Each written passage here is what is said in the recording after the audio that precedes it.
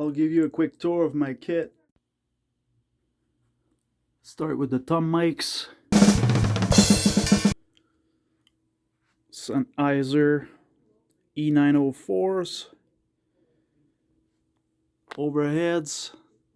Sennheiser's E914. Gotta say I'm pretty happy with those.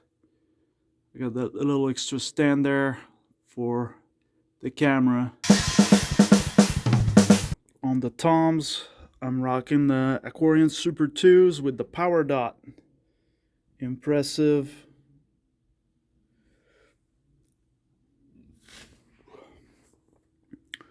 So the sizes 10, 12, 13, 14, 16. And then you got another 13 there from my other kit.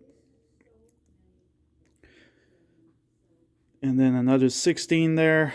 Another 16 with a bass drum head. In this case, the Aquarian Super Kick 1. Never mind that trigger, it's not plugged in right now. I was experimenting with some kick drum sounds. Didn't use it for the album. Snare drum, I got my faithful G-Bubinga with a Remo Emperor X, which I didn't used to like, but it worked marvels for this thing.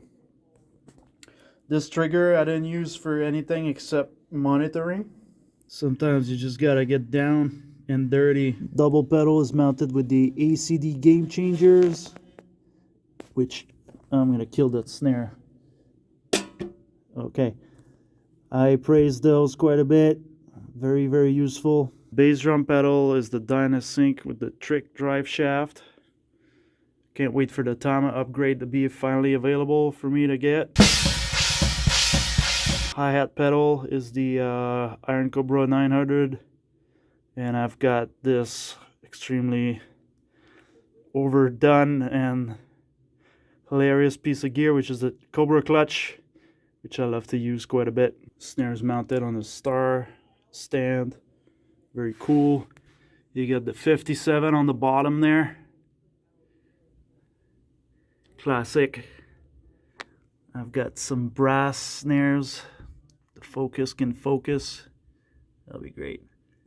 Pure Sound brass 24s, my all-time favorite snares. Top mic, I got the Beta 56A, my all-time favorite for snare top. It's amazing for placement, and it sounds awesome. It just picks up just what you need for a snare. On the left-hand bass drum, so to speak, I've got my Audix D6, and then the other floor toms are mic'd with Beta 52s. Alright, I actually prefer the Shure to the Audix, and because they just give a more faithful representation, it's less scooped. Inside the bass drum, Beta 91A, classic. Outside the bass drum, I've got an AKG D550. It's an old code, but it checks out. Let's talk cymbals. Alright, all of those are really old. Alright, the hi-hat's probably my newest one, and I think that's from 6 or 7 years ago. Freak hat, 15-inch. Okay, I'm a Sabian kind of guy. I don't have anything bad to say about anybody.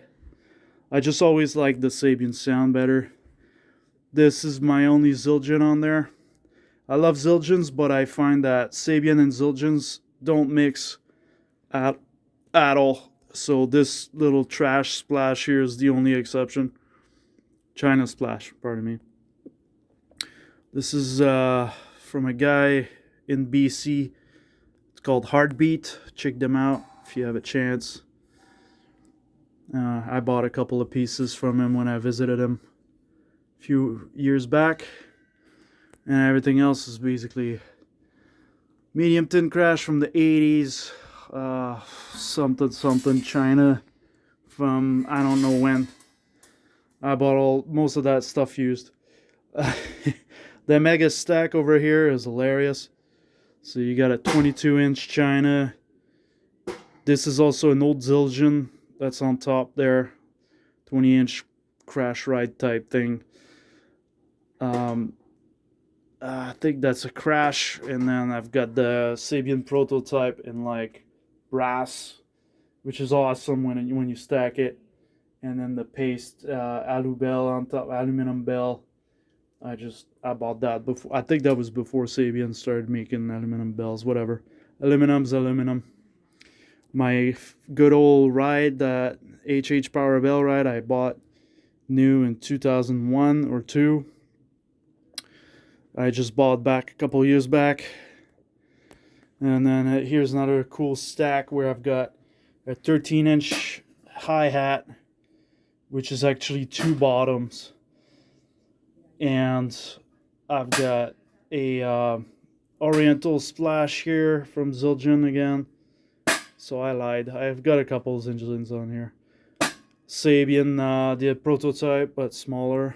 And then AX 8-inch Splash, which is definitely a little bit anemic, but I managed to get it to sound through the mix somehow.